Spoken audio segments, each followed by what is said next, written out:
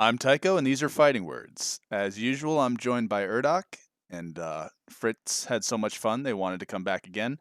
We also have Mellifera in the virtual studio here as well, maintaining our 50-mile social distancing requisite. So today, we wanted to talk about realistic garb. A couple different avenues we're going to take to approach that, and I think Erdok may want to expand on that a bit. So by realistic, we mean garb that your character, were they to be a real person living in the universe that they live in, could function in for a week comfortably without dealing with any sort of, you know, blisters, clothing pinches, any of the general discomfort that comes with things that are designed more as costume than practical clothing. If you wore the same outfit for a week, what would it feel like at the end of the week? Would you be functional? Would you be able to do the basic tasks of living?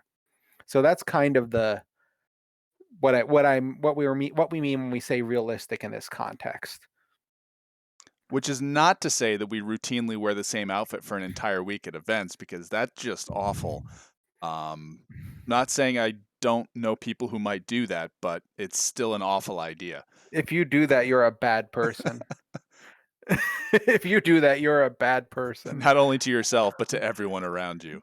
But the idea is It's that if you have something like that that you think, yeah, no, I could wear this for a week, then it'll look natural. It'll look like it belongs. And I think that's probably one of the main points, is that it should look like it belongs in the shared fantasy that you are inhabiting. Well, this is a way of building immersion.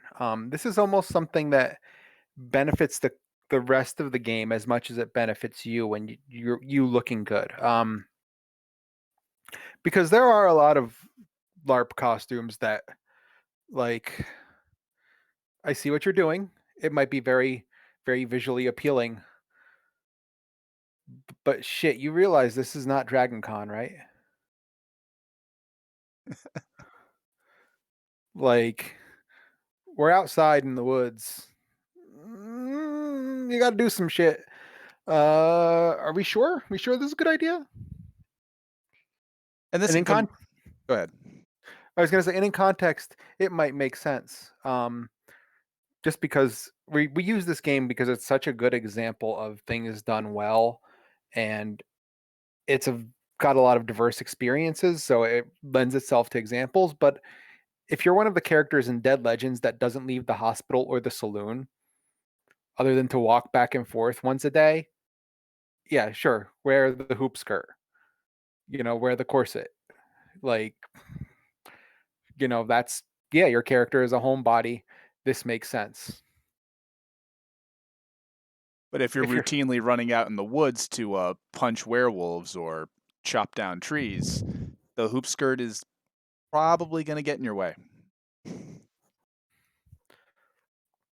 So yeah, so that's the kind of thing we're talking about. So I don't know, Mellifera and Fritz, do either of you have experiences with having to choose between garb that might look good or special and practical garb that could be worn day in and day out? Fritz, do you mind if I go first? Go for it, yeah. So, I do a bit more than Dead Legends, as you both know, and part of my role at events is I do cooking stuff. So, when I'm choosing what clothing I want to bring to an event for the weekend or for longer, I always have to consider that my arms and hands will probably be in close proximity to fire and food stains.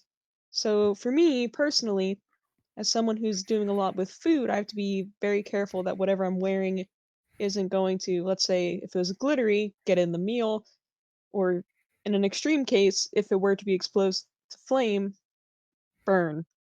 Which is why you'll see me wearing a lot of natural fiber because it's a bit more flame resistant.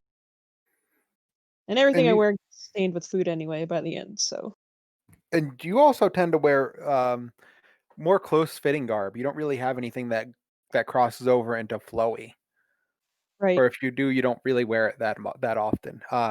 Which is important because flowy is one of those things that looks awesome and is utterly impractical. Chloe's not gonna do me any good if I'm trying to stir a soup pot over a fire and my sleeve gets in the coals. Or in the soup.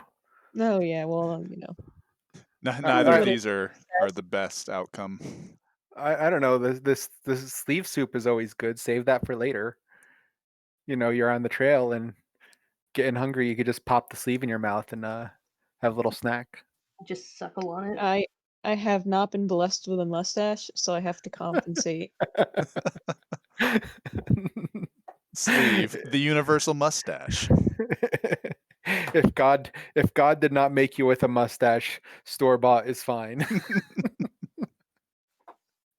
And I actually have to the green tunic that you've given me and the white one, um, very wonderful, and I still wear them, but I have to cycle them when it comes to cooking because the sleeves are so long, and I never think about pinning them back, that when I'm cooking at events, I'm constantly, like, struggling to keep them pushed up so they're not getting, like, even more disgusting or in the food. So, yeah, flowy and big isn't practical if you're doing stuff. And that's kind of part of the thinking on this. When you're planning garb, consider what your character's day to day involves. What does your character spend their time doing? It'll help your immersion. Just thinking about, okay, being deliberate.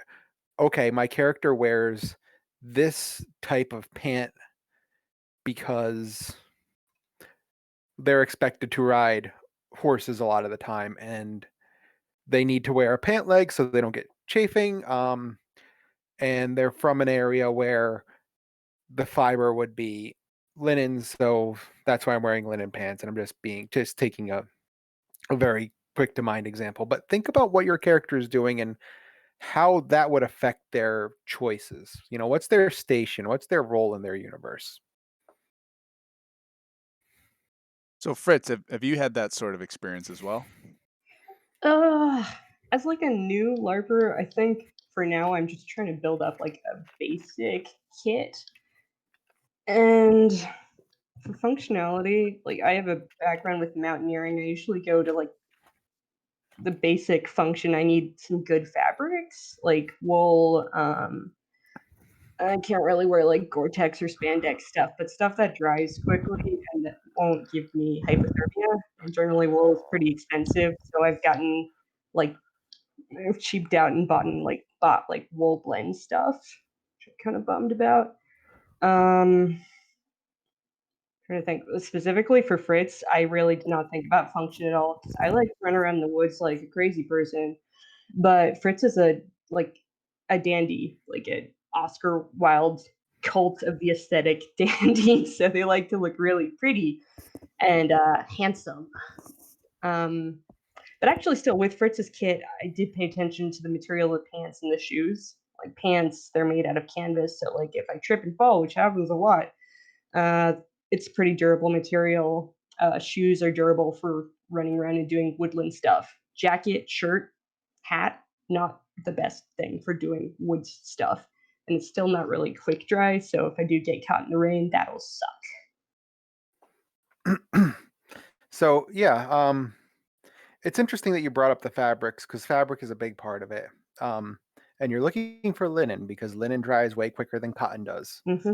Um, um, but yeah, I think there's a lot to be said for how just making these basic choices. First, it's good for you as a player because it tends to be more comfortable, it tends to be more practical, but it really does add to this sense that you're in universe. And another thing to think about is, and this is less practical and more character building, but maybe think about access. And what I mean by that is, and this is kind of an issue in Hearthlight, and it kind of, I wouldn't say it makes a kit bad, but it's kind of jarring and kind of stands out. And I'm not a big fan of it. But when a player has a very basic kit with one fancy piece of gear, so plain pants, simple tunic, ridiculously ornate war belt, or, you know, hat that costs $300 of real world money and is embroidered all over the place. That kind of always throws me on a kit. I don't know It's if anyone else experiences that. Yeah, it's why I've tried to move away from that old. I say old. It looks pretty much like the day I bought it. It's a great piece, but that leather jerkin of mine, I don't wear it as much anymore because unless I've like built out the rest of the kit, it kind of sucks all the attention out of the room. It's like, oh yeah, there's that one leather piece that he's wearing, and I everything was else gonna just kind say, of doesn't flow. that's like iconic to you. It is. Well, back in the day, it was like the only good piece of garb I wore. Like it was the only good piece of garb I owned. I think I bought that for myself as a graduation present when I graduated from college. So I've had it for about 10 years now. But for the longest time, it was the only actual fancy piece of garb I had. Everything else was like polo shirts with the collars cut off, sweatpants. I didn't even bother to sew the pockets shut because that was effort. And then I had a pair of Minnetonka moccasins that I wore basically forever until they partially disintegrated. Then I gave those to Sousa, and I got a new set of Minnetonka moccasins that I wore until those basically disintegrated. Now I've got some decent turn shoes. But yeah, for the longest time, like the only nice thing I owned was that leather jerkin. So yeah, unless I have other fancy things on, I try not to incorporate that into a kit. And I'm still on the fence as to whether or not I want to use it for Malleus because sure, it's really cool, but I don't want it to be the only really cool thing I have on because it gives that same effect you just described. Yeah, I don't, and it sucks because you get like your people are a lot of people are in that position. They splurge on a really nice thing. Like it kind of sucks to buy a bunch of middle of the road stuff instead of to buy the one awesome thing.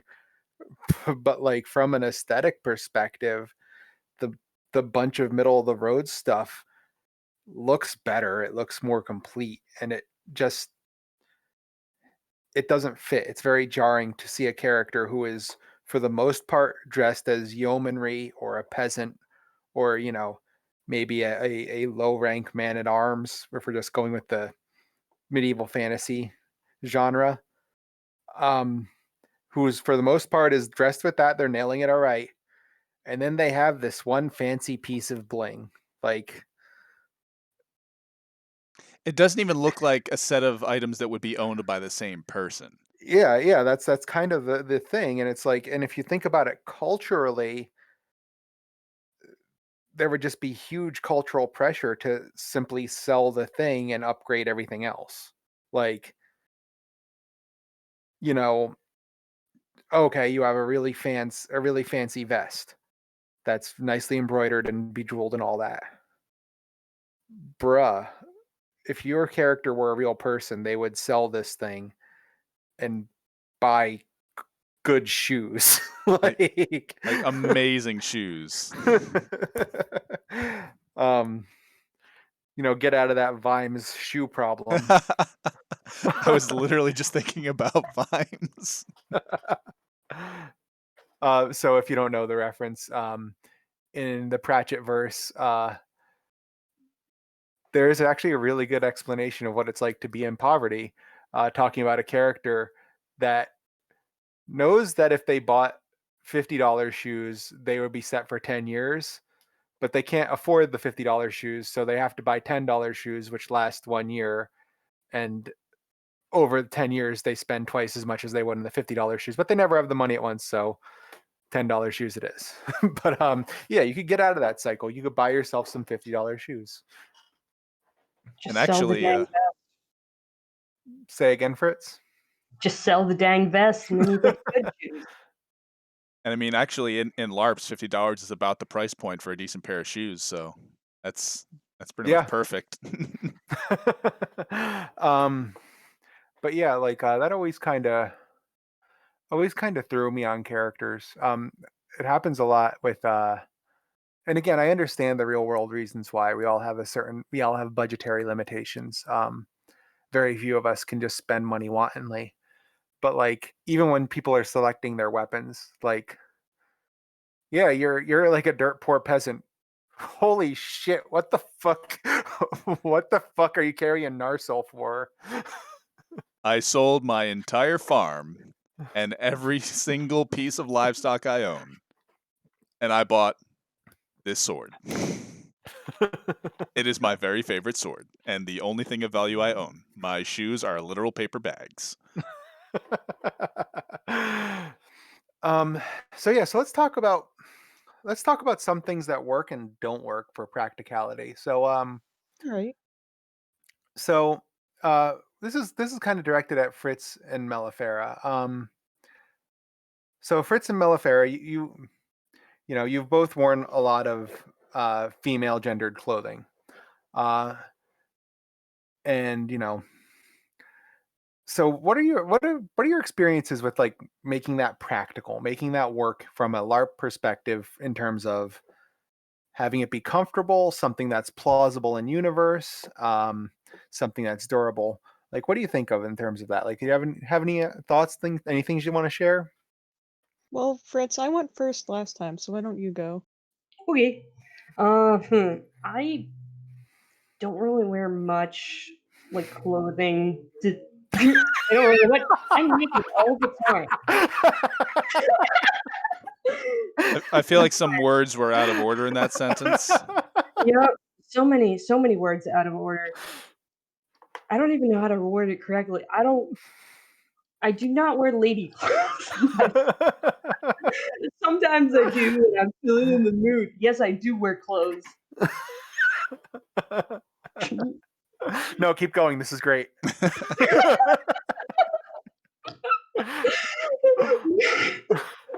No. So I think This I is think why what entrenching tools can be an important part of your LARPing kit for when you really desperately want to dig yourself an even deeper hole. I don't know how to phrase it correctly. I just sometimes I wear lady clothes or female gendered clothes. Most of the time I wear clothes that typically dudes would wear just because it's more comfortable. It's kind of something that I prefer.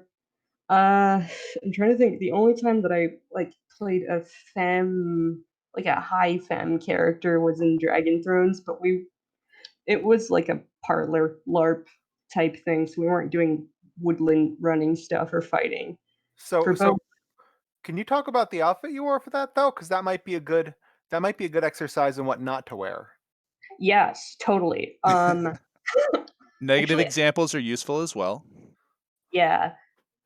So surprisingly, the shoes that I wore for that outfit were pretty good. They're like the stereotypical LARP boots that you buy at the Ren Fair.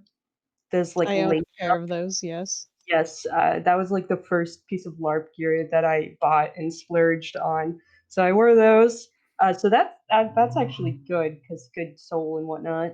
Um, Dress, really long, flowy dress that I kept tripping over on the stairs, which is dangerous, and that gets caught on everything, and you don't want to trip and face plant.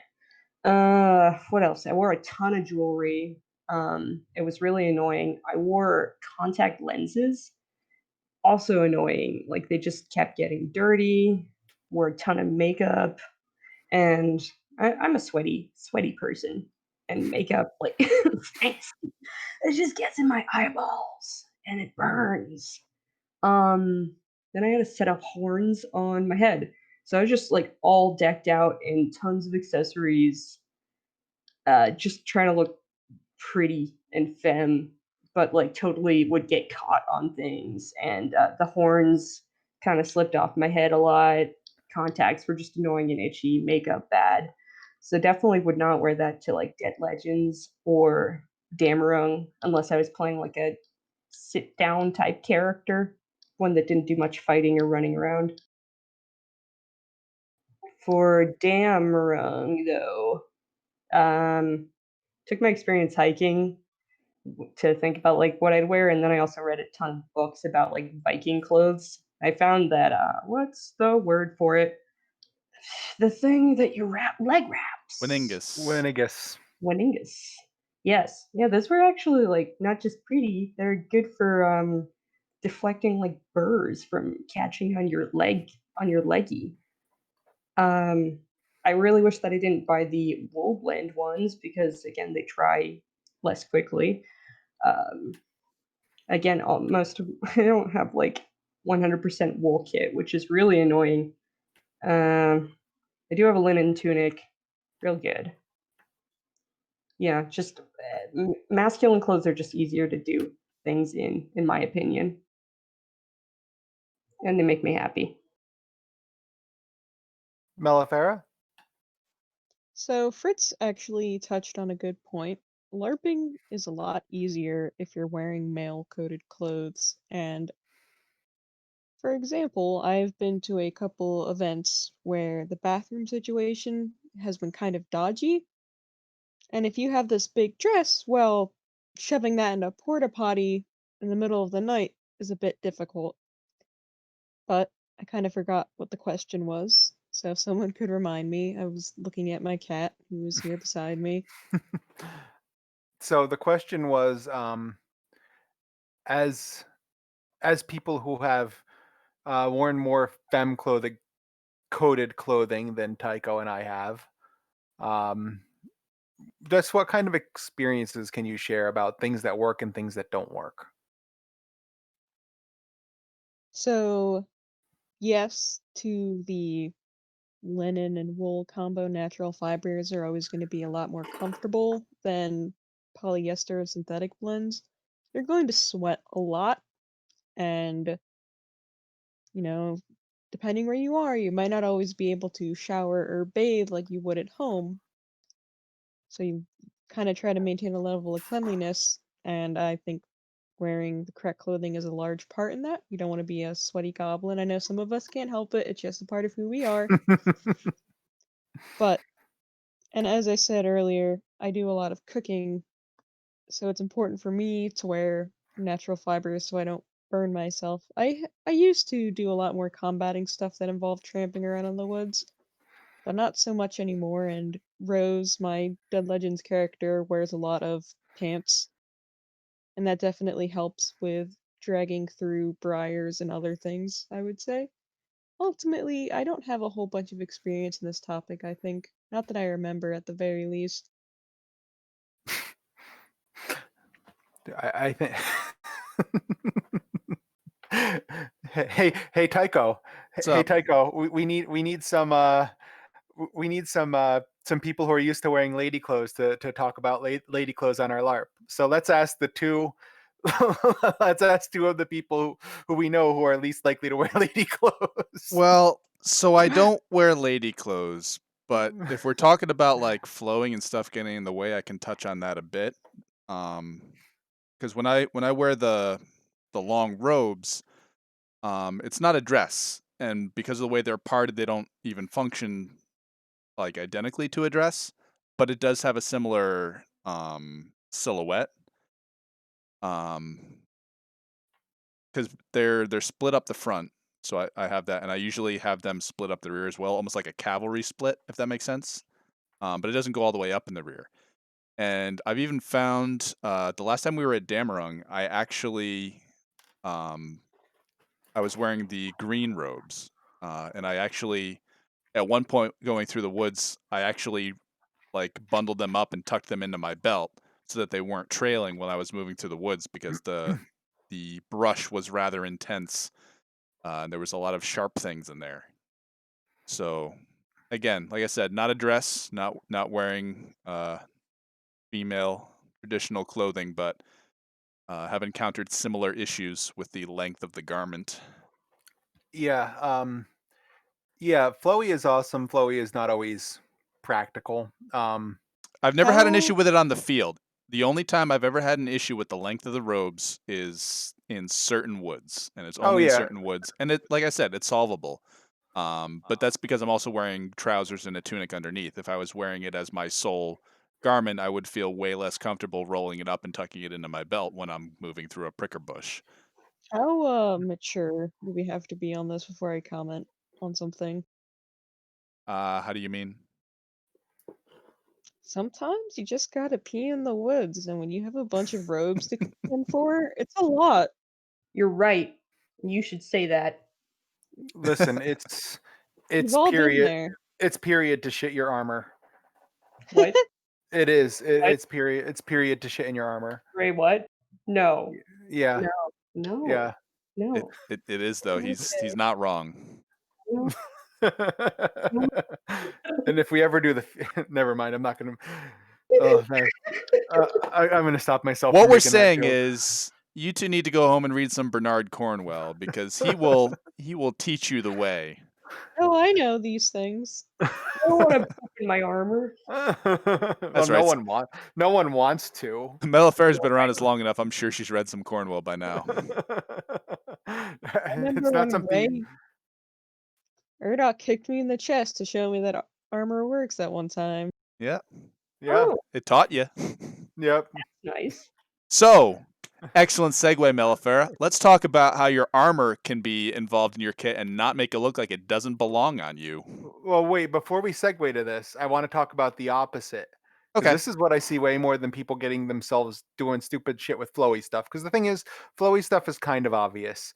And I think for the most part, if someone decides that they're in the weekend and they're in the mood to spend a weekend being flowy, they're not going to traipse through thorn bushes. They're going to focus on flowy related activities. They know what they're getting into generally. Yeah. But oh boy, if you are I love if you tramping through thorns.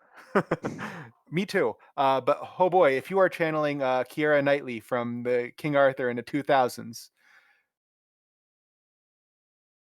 we're talking the bunny fur bikinis. Oh god. You Which have is made not a them. gendered term, incidentally. Anyone can No. wear a bunny fur bikini, and I'm pretty sure that we had a guy who used to wear something extremely similar. Yes. I have seen a lot of male-bodied people in midriff-bearing shirts, in vests with no for men, the vest with nothing underneath it is super duper common. I feel bad for their chest. I don't wear a I mean- fucking shirt. You're gonna get sunburned. Yes, for that and a host of other reasons. What a wildly awful idea.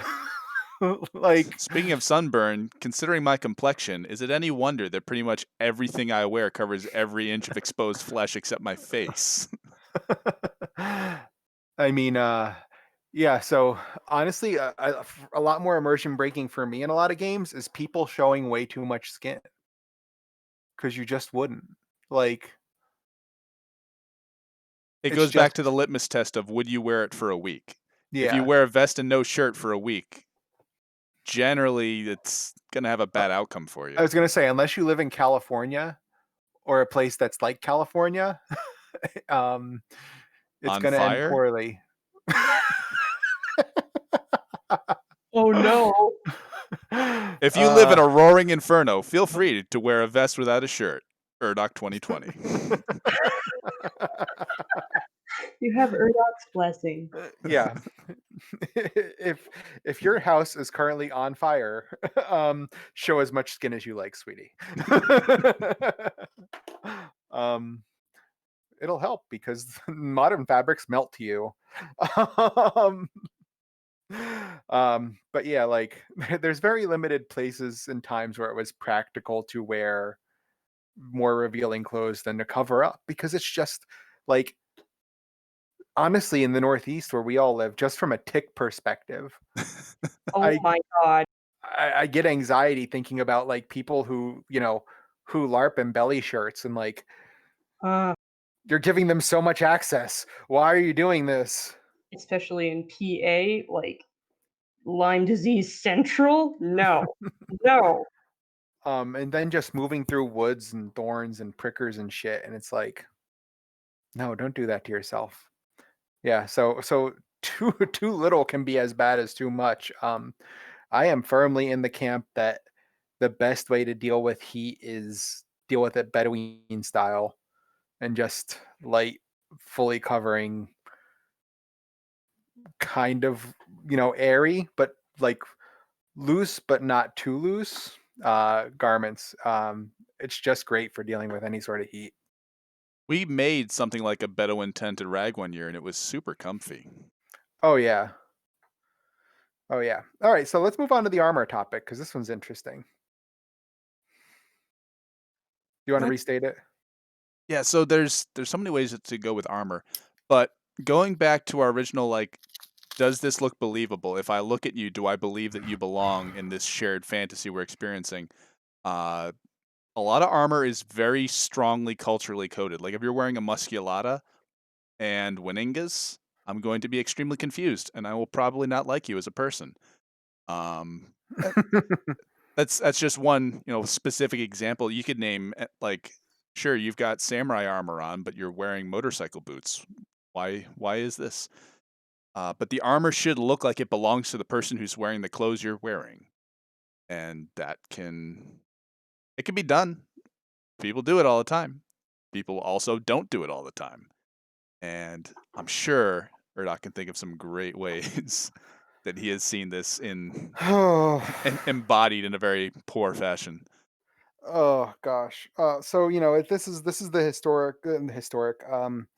This is the stereotypical casserole armor problem, and it's like Tycho is right. It's pay attention to what's coded to what culturally, because there are some armors that are coded very specifically. If you're wearing anything that looks like a lorica segmentata, don't do anything that's not Roman. Just don't embarrass yourself. Don't embarrass the rest of us. um, No one will ever see a Lorca and think anything but Roman.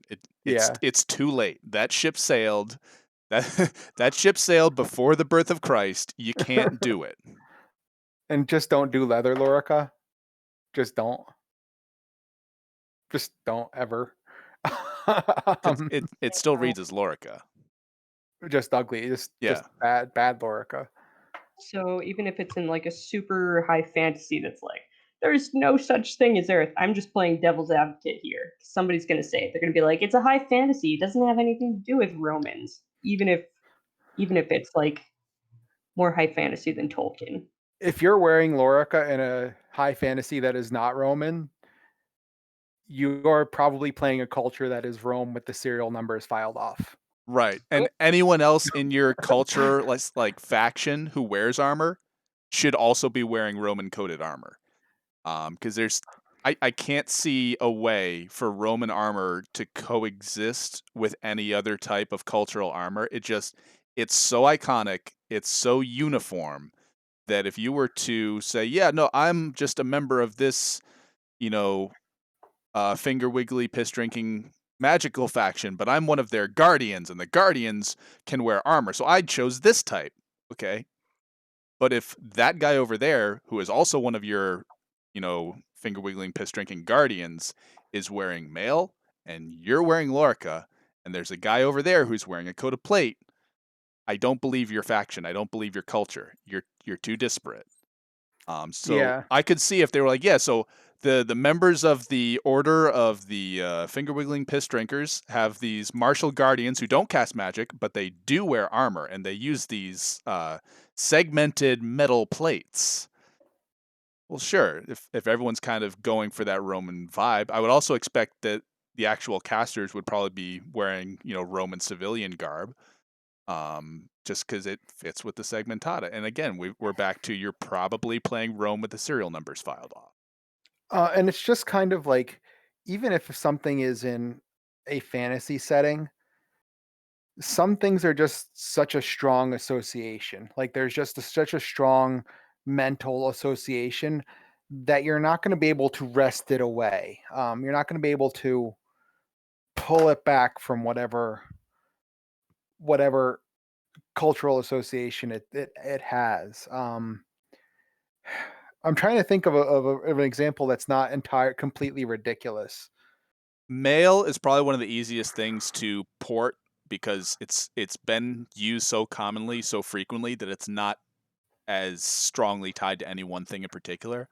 But Well, just yeah, I was going to say mail has a 3,500 year history. right. Literally every culture that could make mail did make mail. But just so people don't think we're harping on Rome specifically, if someone had like a full samurai kit, but they went around talking in a heavy Scottish dwarven accent all the time, it would also be a little bit weird. Yeah, I mean, and you could think of things like a Norse, like an ocular Spangen helmet. Yep. An ocular Spangen helmet is pretty explicitly Viking or Norse, and if you're not doing something that is Norse or Norse adjacent, it's going to look real odd. But we could talk about armor. This is getting more into the cultural building stuff. Let's talk about it in a practical sense. So I think everyone here has worn armor. I I don't was going think to say, Fritz, have you? For I Damarung? no. I just had a shield and some bracers that I got at the Ren Fair. Okay. So 3 of the 4 of us have worn armor. Extensively in some cases. Yeah. So I know what throws me about armor, and I can make an educated guess. It's 80% of the same stuff that throws Tycho. Mellifera and Lily, what about someone's armor? If someone's wearing armor, what strikes you as that doesn't make any sense? That's not practical. Is there Lily, anything that really stands out? The boob Mm. cups.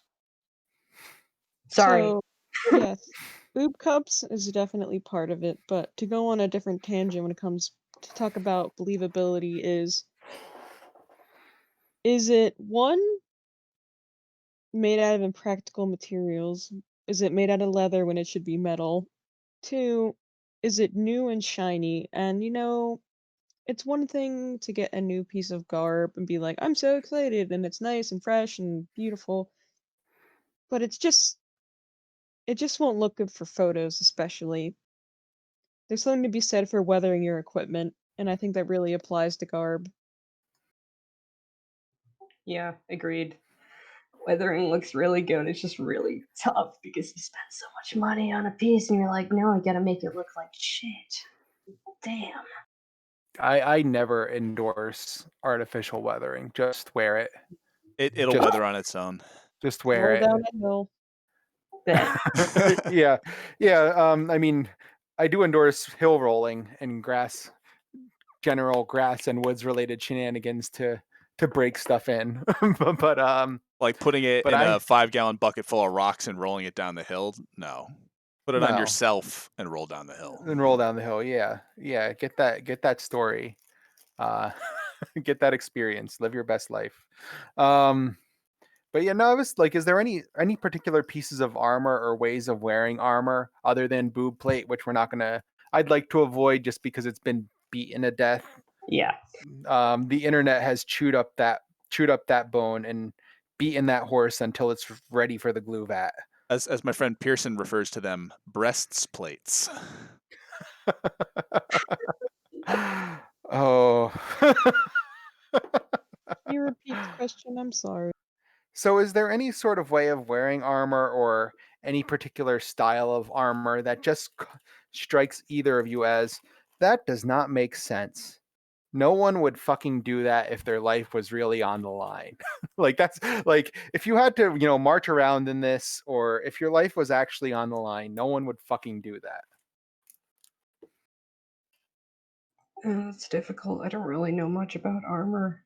Like, the only thing that I can think of is like those really big high fantasy things where they have the huge shoulders poking out. Okay, Yeah. two big pauldrons. I Yeah. want to look like a space marine.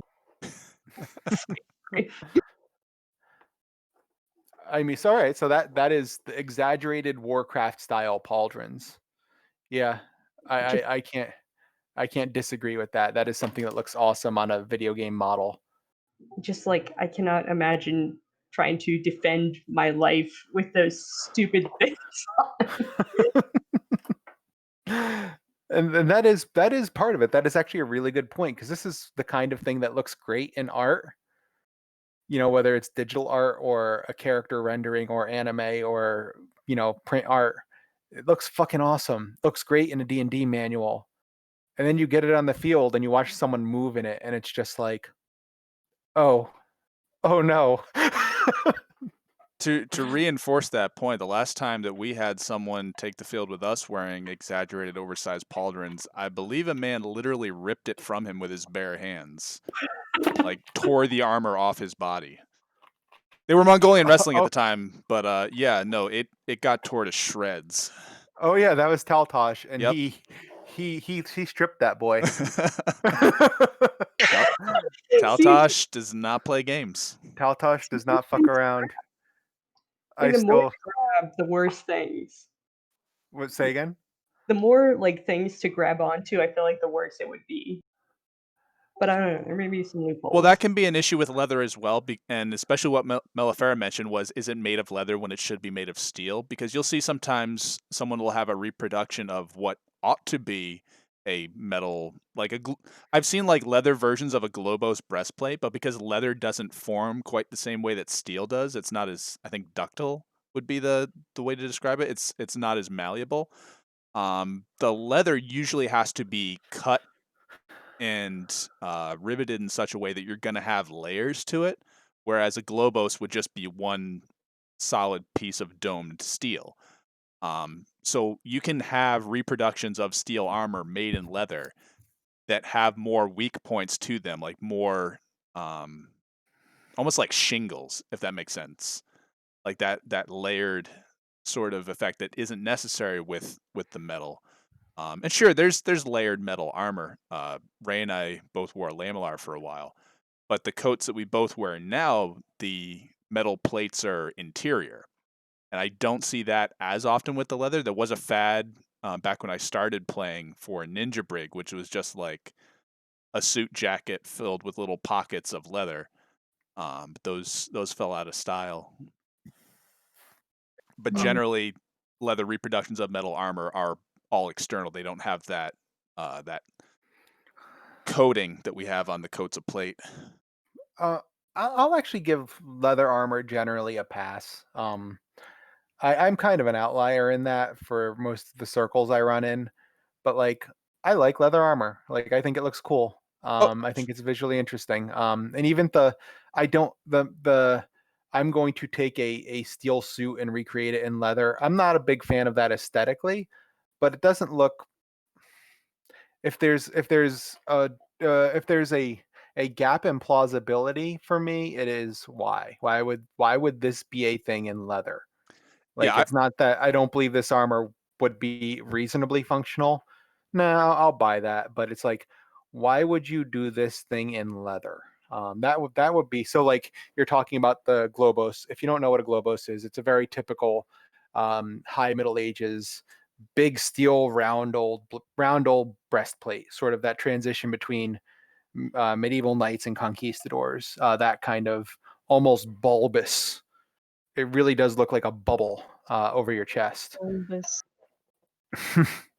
But yeah, like for that, like I'm not sure why you would make that, and why. Like I could not justify in a character in universe making that out of leather instead of something like I don't know, just a leather cuirass, like a simple leather cuirass or a buff coat, or a because buff coat. I think those are contemporaneous, aren't they?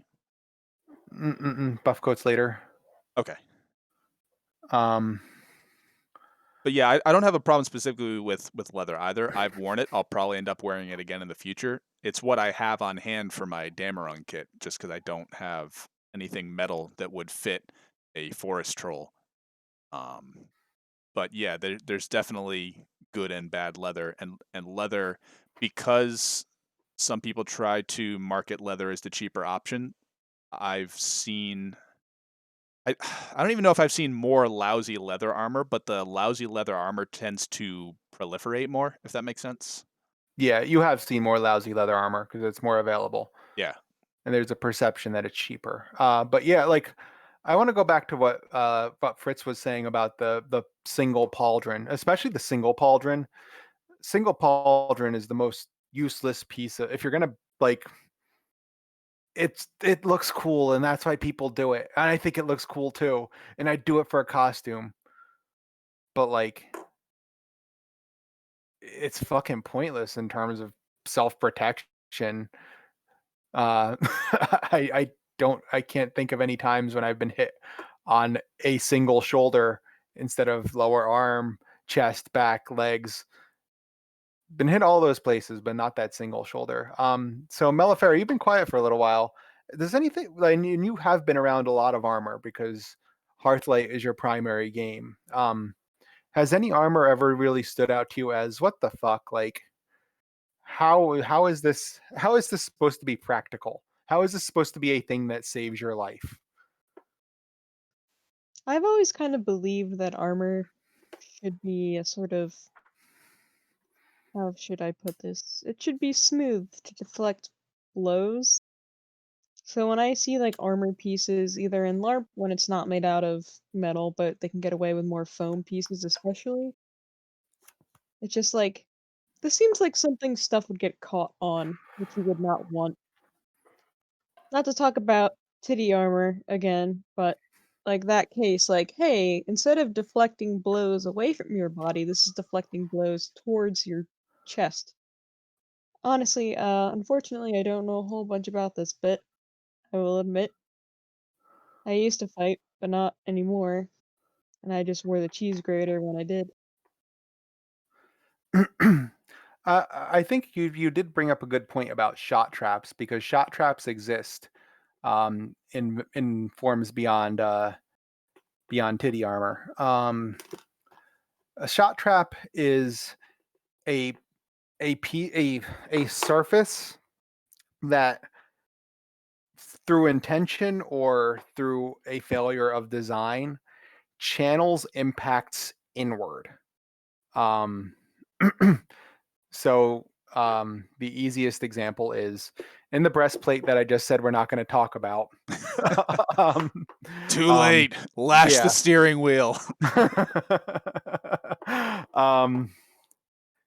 The cleavage, the area between two hard raised protuberances, will act as a funnel for any impact towards the chest to basically pull them in and give them a really good square surface to hit.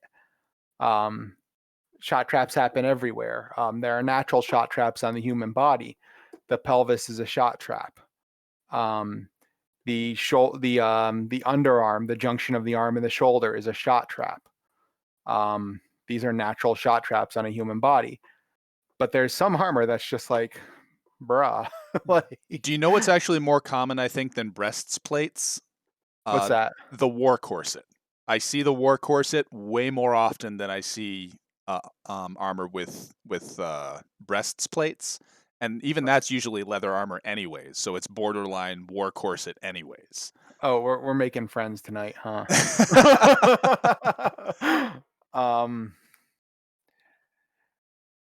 I hate the idea of corsets as armor.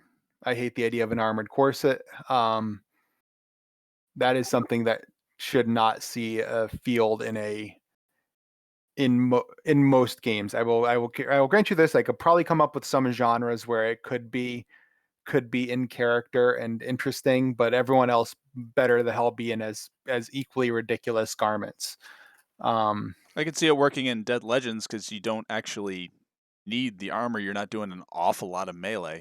Armor isn't a thing in Dead Legends, right? But like if someone had one of those, like an armored corset, it would just be a corset in Dead Legends because the armor's unnecessary. Yeah. I just got a corset rant real quick. I Go know we're for it. making friends tonight. I hate it when people wear the corsets on the outside of their clothes because corsets, they're underwear. Put that underneath your clothes. It's Well, just it depends what era you're yeah, it talking depends. Really? For like dead leggy, that's like about. undies. But also it's adjacent history. Anyway, that's my rant. I don't like corsets on the outside. Yell at me, internet. Well, a war corset by definition is usually on the outside, and it's usually made of saddle leather. So you would really not like those. It sounds uncomfy. How do you bend? Like You you're don't. ugh. To be fair, Urdoc and I don't do an awful lot of bending in our coats of plate either. Speak Huh. for yourself. I'm flexy as a motherfucker. They're pretty flexible. I just find it easier to tie my shoes beforehand. That's really the only thing. Absolutely. Absolutely. Well, no, I can't get up. Why did I wait to put my greaves on until after I buckled on the iron lung? That's why you armor from the feet up Yep. every That's what time. your friends are for. Or Yeah. yeah, that's why you have friends who don't mind being shouted at. Sorry, guys. I still remember we did an amazing pit job on Nemo the one time at a garb contest because he had to go from wearing armor to not wearing armor to wearing armor again. And we had a insane turnaround time. We even made like air hammer noises. It was great. Go to Ragnarok. LARP is NASCAR, boys. It's great. So war corsets are a great example of this. Because people bring up the breast armor. I don't see it much except in corset form. Like I don't see like a steel breastplate with the mounds. I've seen illustrations. Like it's a common trope, but I don't think I've seen physical examples of it maybe ever. You gotta hang. That's an SCA thing. We could go That's for okay. mounds. Do you know what the only examples that even sprang to mind as like hazy recollections were all Roman? Penzik.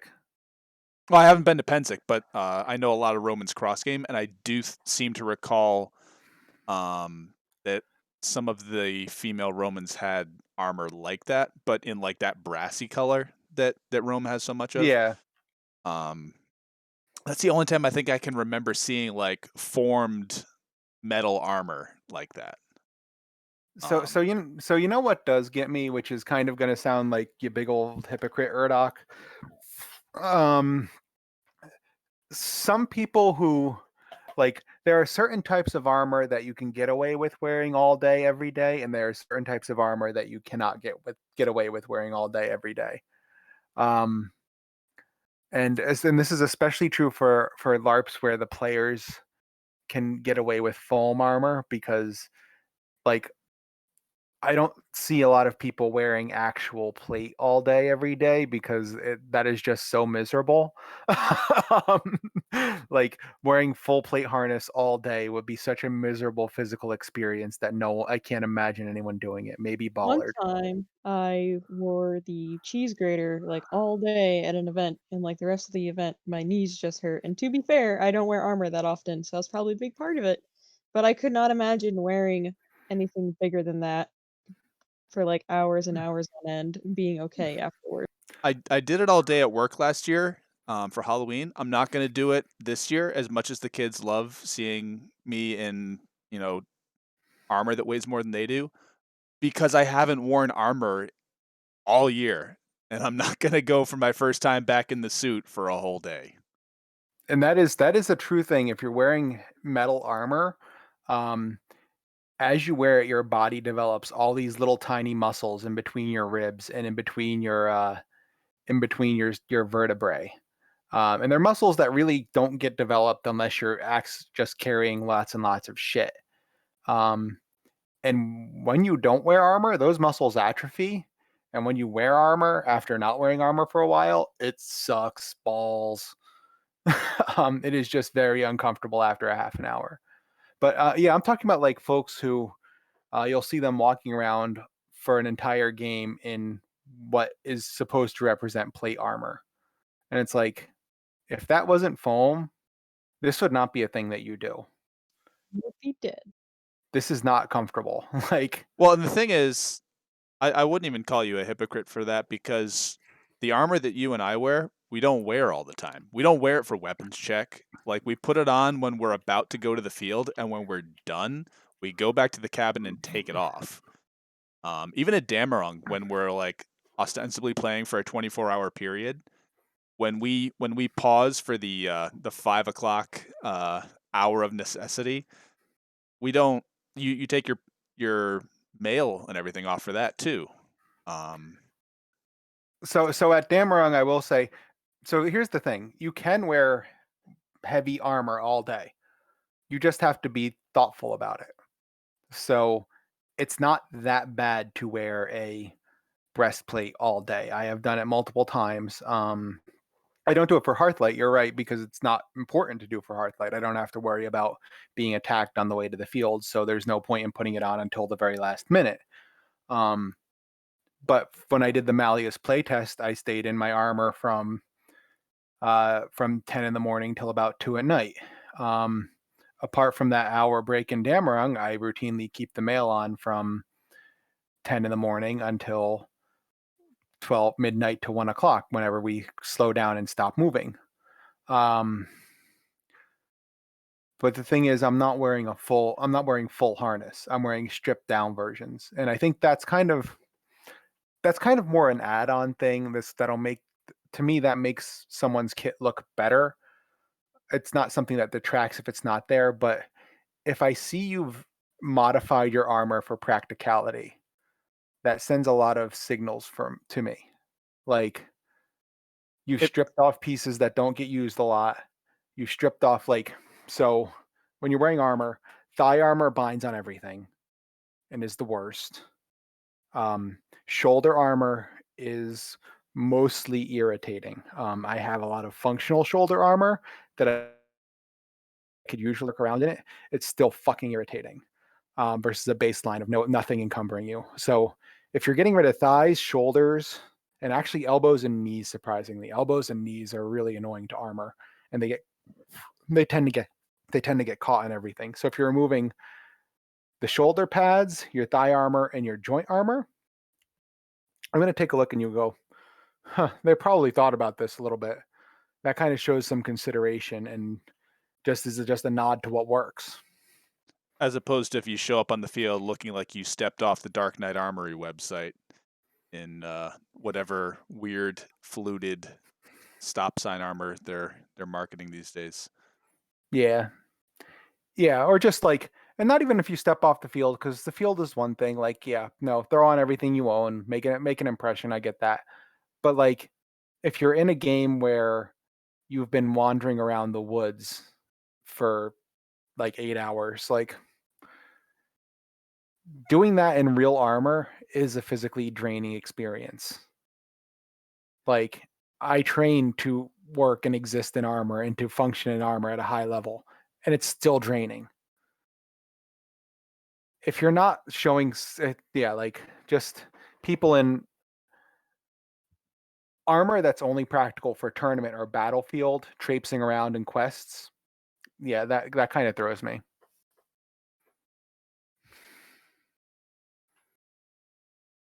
Do either of our guests want to jump in? Ray and I just kind of went on a serious rabbit hole.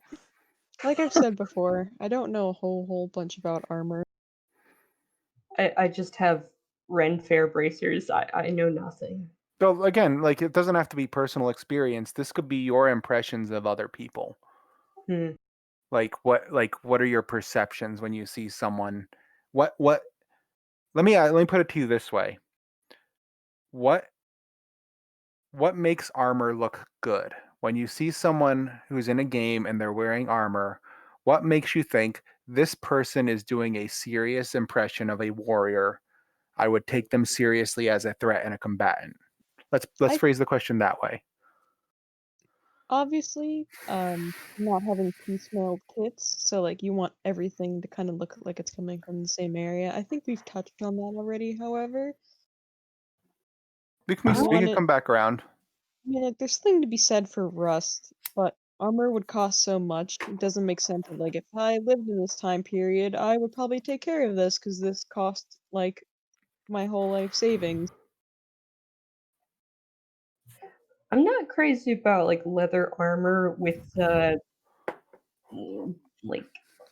so many details and designs. It just seems too much. I don't know, and that's just a personal complaint of mine. I think simple feels better with armor.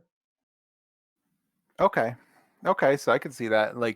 The overly ornate designs don't really do anything for you. Yeah, And you kind of go ahead. It's harder to match your kit to that, so it can look pretty slapdash. And it looks. It depends, on the time period, I guess, of your game, but it sometimes just looks like it came from a factory machine. It just looks too perfect.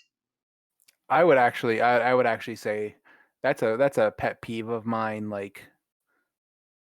Mhm. perfection is a little overrated in garb. We're mostly portraying time periods where machine levels of accuracy were not accessible, like it's not possible. Here we are in this mass-produced, perfectly identical gear. If you're buying shit from a big website, customize that shit. Yeah. A little asymmetry is fine. You can have that as a treat. We've got plenty of I'm asymmetry. huge on we're huge on asymmetry. Asymmetrical armor. If you show up wearing asymmetrical armor, I take you 100% more serious as a fighter. Because Cool. either you've done enough research to know that asymmetrical armor was a thing, or you've fought long enough to realize that asymmetrical armor was a thing. And either way, that's usually telling that you know your business. You mentioned the single pauldron thing earlier, and I didn't catch if you were pro or against because I had to step away for a moment. But I've worn a singular pauldron before because I was fighting in the pike rig, and I really only needed it on my offside. That's a pauldron in the context of the rest of my body is armored. Right. Yeah. No, that was in addition to my body armor. If you're talking about like I wear no armor except this pauldron, then yes, I agree. That's pretty silly. I was talking about no armor except for this pauldron because sometimes no garb except for this pauldron, which must be extremely uncomfortable because it's definitely a leather pauldron, and I'll bet the guy didn't peen his rivets properly. Oh yeah, no, that's I want to be sunburnt and have chafing. The rest of my vacation is going to be fun. Just one pale shoulder. So pale. But also red from the chafing from the unfinished rivets, and not for nothing, but armor grade leather is not nice. Armor grade leather is not smooth and soft and anti-comfy. I would go thick. so far as to say. Yeah, so no, don't be the one pauldron guy. No, like one pauldron with plate. Yeah, hell yes. Like that's what I wear most of the time when I fight Hearthlight. Like my left pauldron very rarely comes out of my armor bag. Because most of the time my left side is behind a giant ass shield, so I don't need it. But yeah. No, asymmetry in that context is like I always appreciate one piece of asymmetry that I always appreciate is the skirmishers who have this is a Hearthlight thing, but the skirmishers who have the single armored leg, the a la Heiner. Yeah. Like that's like, oh fuck, he knows how to fight, or they know how to fight. It's like, oh fuck.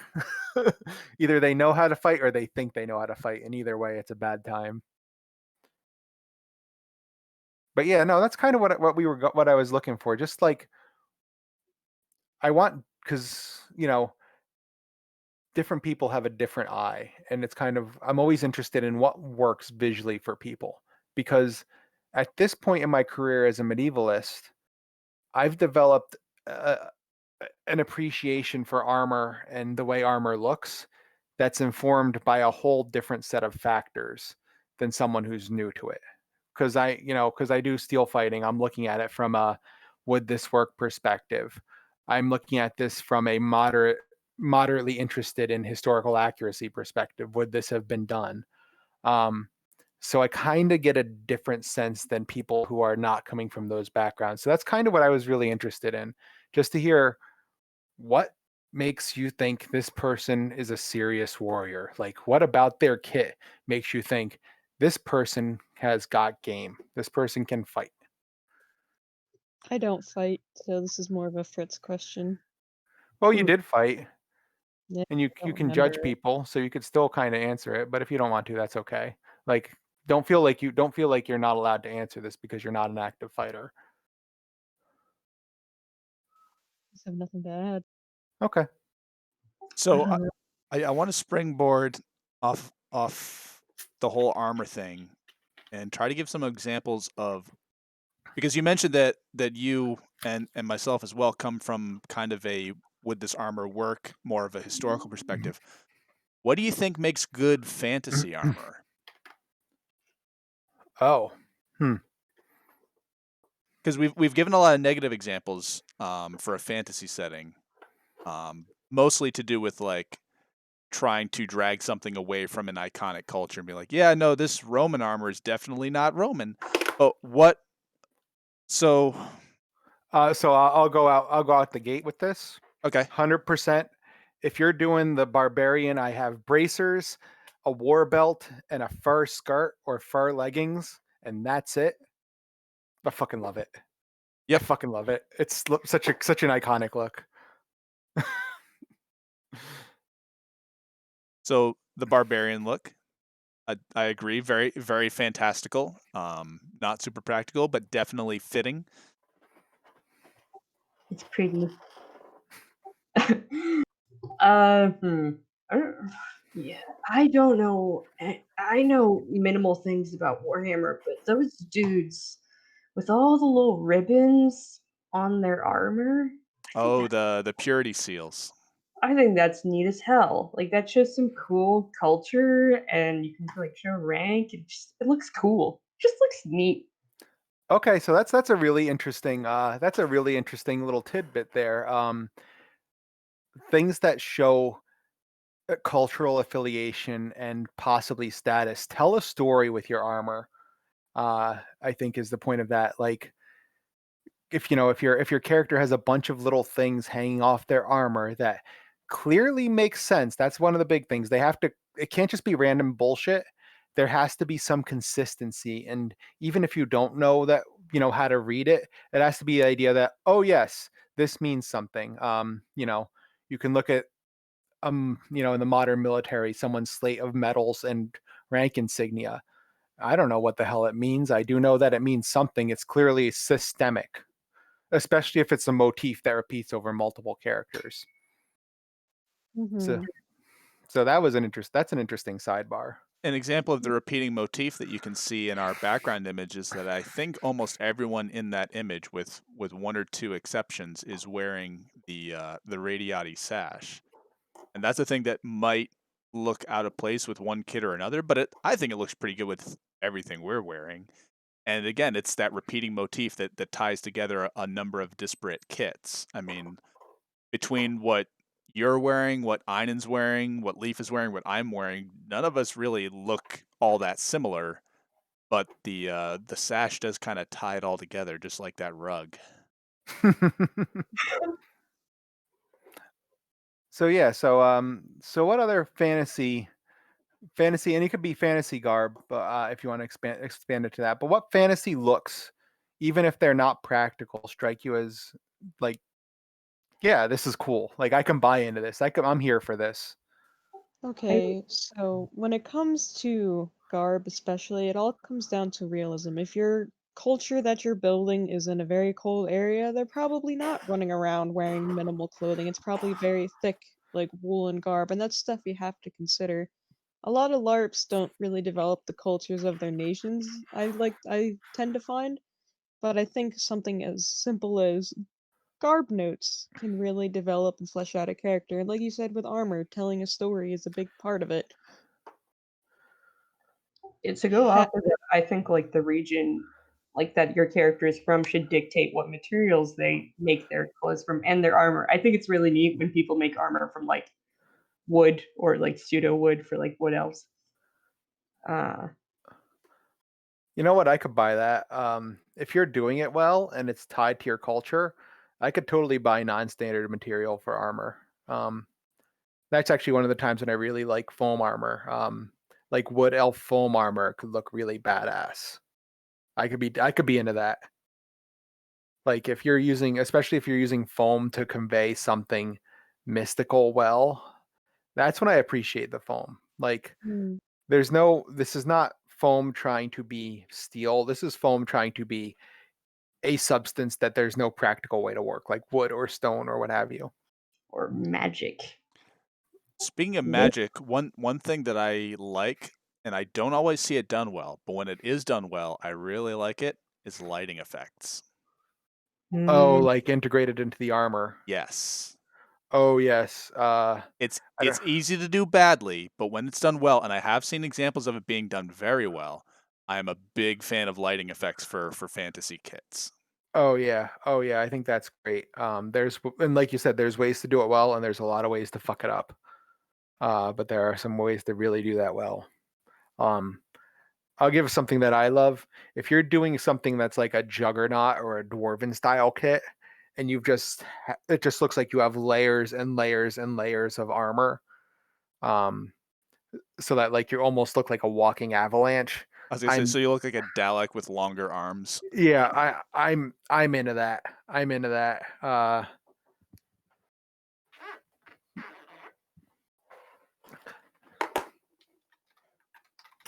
Again, like you said, it's not something that you see an awful lot of. So, Mellifera, you've done a bit more fantasy LARPing, I think, Yep. than at least since before we started doing Damarung. But Damarung is a little bit more grounded. So, what were some aspects of some of the better fantasy kits that you've seen? I think some of the better aspects of fantasy kits that I've seen is some of the notes we've already touched on, They didn't look like they just came fresh from the shop. They're individually fitting for each character because if we think about it, you didn't go to Fantasy Target and generic clothing. No, it was traditionally tailored for that exact person, excuse me. And stuff like that, I think, really makes the kit blend together. And like I've said, cultural notes, like you can look at a piece of garb and be like, yes, this character is from this region and have it work, I think is very important. Natural, it's not that you can't use synthetic fibers or stuff like cotton. Some, especially obviously if you're in a sci-fi LARP, they have their place. But people you knew were serious about it tended to spend the extra money and went for the wools and linens and so on. For like a safety perspective, I'd say stay away from cotton if you're doing outside LARP stuff. Oh, sure, but like people are gonna get it, especially if they're new and it's cheap. Yeah. uh, I have I, some stuff that's cotton linen blend. yeah, I'm gonna say cotton is not the worst thing in the universe. Um, the big thing is if you wear cotton, be ready to change your cotton. That would be my suggestion. Yeah, because cotton does Yeah. not dry fast. Even in a blend, it doesn't dry very fast. If you're gonna wear cotton, you need backups. I don't Uh, know if you guys have this phrase, but hikers always are like yelling, "Cotton kills, don't wear cotton." there's enough crossover. Yeah. There's Yeah. enough crossover that it's not quite as urgent, but yeah, there's a big push, and especially in Hearthlight for linen and wool, just from practical perspectives. But yeah, it's like you can get away with cotton. Like my Dead Legend shit's all cotton. I was gonna say, then we go to Dead Legends, and cotton is once again the dominant fabric. Yeah. Um, but like the Dead Legend shit, it's easy to bring backups for. Yeah. Um, I don't think I have anything that's cotton medievally. I might have a cotton linen blend or two, but I haven't worn cotton garb in years. Um, yeah, so there's that. So I think that should give a pretty good overview of our thoughts on how to have a cohesive kit that fits in the shared universe you're inhabiting. In case you hate any of our opinions, you're welcome to let us know. I haven't had that happen yet, but we try. We do try. It's okay for you to be wrong. Yeah. Some people just really, really, really like their mud. And if you got some good ideas out of today, that's excellent. It's always good. But until next time, I've been Tycho. These were fighting words.